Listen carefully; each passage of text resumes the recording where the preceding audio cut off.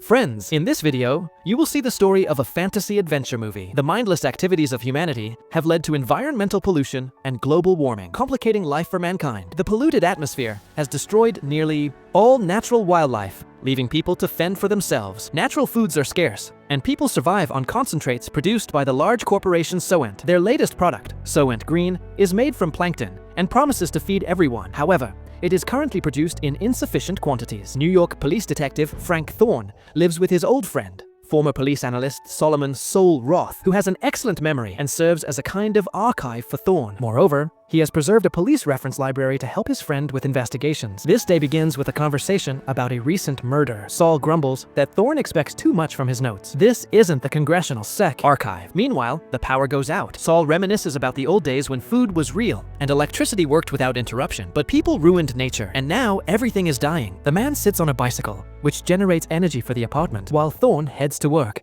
stepping over the bodies of homeless people sleeping right on the staircase of his building. The streets are clogged with old cars that, due to a so-biased lack of fuel, now serve as homes for the poor or as venues for criminal meetings. In one of these cars, a young man named Gilbert receives a metal meat hook and instructions for an upcoming job from a criminal world representative. Meanwhile, in the apartment of the wealthy William Simonson, his girlfriend Shirley plays on a machine gifted to her. She is very pleased with the successful move and thanks her master. When the security guard, Fielding, arrives to remind the girl that it's time to go, the couple heads to a store where the vendor sells them expensive products and shows them an item completely unattainable for ordinary people, a beef tenderloin. At this time, Gilbert uses the hook to infiltrate the residential complex for the privileged and ascends to Simonson's apartment. Seeing the young man, the wealthy man remains completely calm, making no attempt to flee or call for security. Gilbert apologizes and explains that those who sent him can no longer rely on Simonson's silence. The wealthy man agrees with all his arguments and calmly confirms that what Gilbert is about to do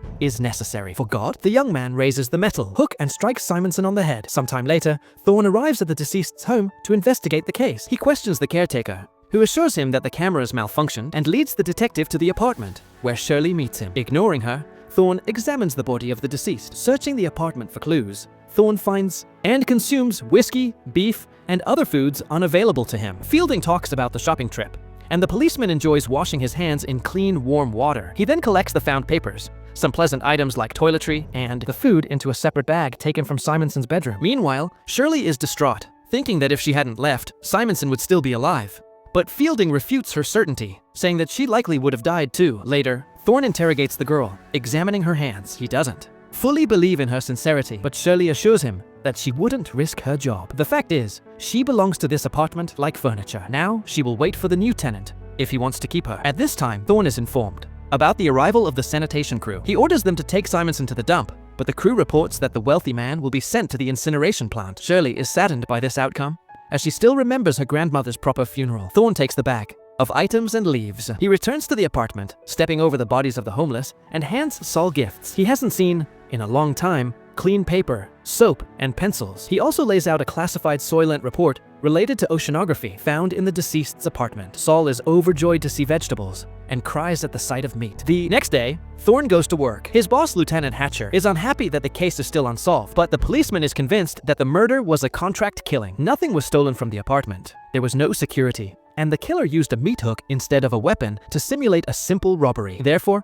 the first thing the detective decides to do is check the bodyguard, and after tracking the man, he finds his girlfriend Marta's apartment. Thorn searches the place, notices a spoon on the table stained with strawberry jam, and concludes that this is too luxurious an item for the bodyguard's girlfriend. Returning home, he sits down for dinner, prepared by Saul from the products he brought the day before. The friends savor long-forgotten tastes, and then Saul gets to the report. Studying the books brought by Thorn, he learns about Simonson's biography and his longtime partner, Santini, who now serves as the governor of New York. Together, they created the Soylent Project, which became very profitable for its developers. Thorn goes to the phone booth on the corner and reports to the lieutenant what he has learned, unaware that the person who gave Gilbert the meat hook is in his office. Meanwhile, a party is taking place in Simonson's apartment, organized by Shirley. Thorn arrives and demands answers to his questions. Shirley can't say anything specific, as Simonson didn't confide in her. However, she does know Santini. Simonson introduced her to him. In fact, Simonson had been acting strangely in recent months, worried, and even visiting church. The couple retreats to the bedroom,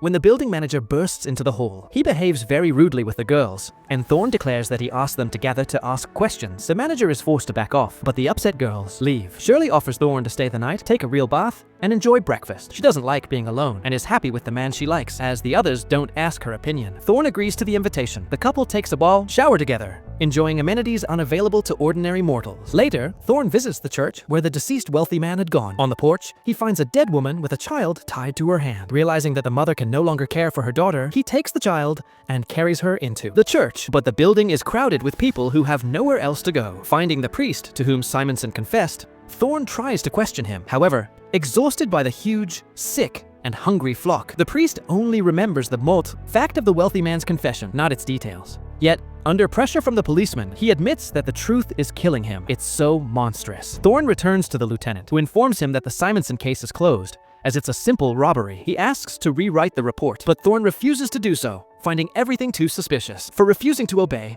Hatcher assigns Thorn to patrol the streets. That same day, Governor Santini is informed about the persistent policeman who refuses to close the case. Learning about Thorn's visit to the priest, Santini orders his elimination. Fielding goes to confession. Meanwhile, Thorn is patrolling the street where the Soylent distribution center is located. A large crowd gathers, and soon the product runs out, causing discontent among the crowd. The police recognize the danger and try to quell the unrest. However, people start rioting. The killer sent after Thorn tries to get close to him as machines with scoops arrive to load people into the truck beds and take them for processing. The killer shoots, but misses, killing a woman standing next to the policeman. The crowd goes wild. The killer tries to reach Thorn, injuring several rioters and wounding the policeman in the leg. Thorn tries to capture him, but seeing the weapon, pushes the guy.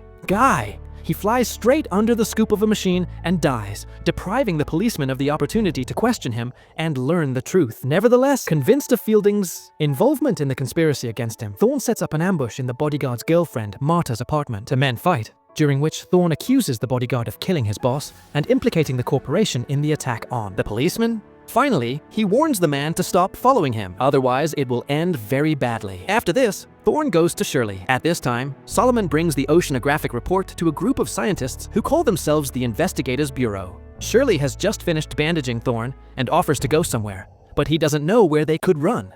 Everywhere it's the same, hunger and a dying earth. The girl is upset as the new tenant is arriving today, but the policeman is sure she will please him. Meanwhile, the scientists announce the results of their research to Saul, and it is truly horrifying. Simonson, being a member of the Soylent board, learned everything, and his psyche couldn't handle it. The corporation realized they couldn't rely on him. To prevent him from talking, they eliminated him. Now, before going to the Supreme Council, they needed to gather evidence. Saul is so shocked by the discovery that he decides to go to the place where they will help him die. Meanwhile, a new owner moves into Simonson's apartment. He meets Shirley and finds her attractive. That evening, Saul goes to the place, notifying Thorn in a note. The policeman immediately rushes to his friend. Saul is just answering the manager's questions. His favorite color is orange, and his favorite music is classical. The man is escorted to a private room, where two young people help the old man undress. He is laid on a couch. Classical music begins to play, and scenes of nature that no longer exist. Vanished forests, extinct wild animals, lost rivers, and the beauty of the ocean appear on a huge screen. At this time,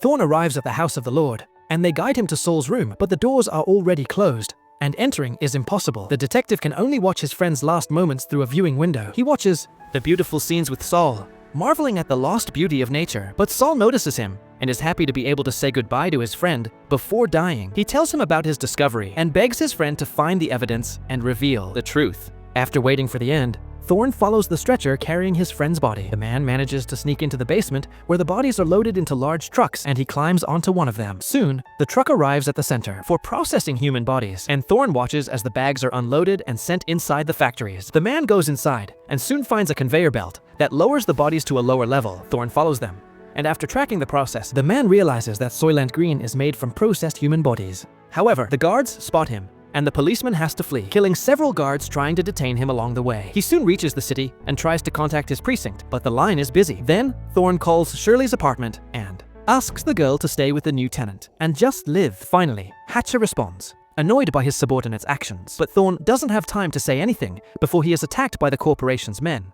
led by Fielding. The man fires back and runs to the church, though he is wounded. However, Fielding rushes after him. He searches for the policeman among the people filling the church, notices blood drops, and follows them. But Thorn attacks first. A fight ensues. People wake up and scream, but the policeman manages to kill his enemy with a knife picked up from the floor. At this moment, Hatcher arrives. Thorn tells him what he has learned and urges him to tell the Bureau members that the ocean is dying and the plankton from which everyone thinks Soylent Green is made no longer exists. Soylent Green is made from people. So the corporation is intentionally breeding people like livestock. The lieutenant promises to take the necessary measures. Thorn is taken away by paramedics, but the man continues to shout that Soylent is made from people and asks the lieutenant to stop it. The final scenes replay the images shown to the dying Solomon Roth. The adaptation of Harry Harrison's novel turned out to be terrifyingly beautiful and compelling. In this way, this fantasy film ends here. And if you like this movie, then please like this video and subscribe to the channel. Thank you.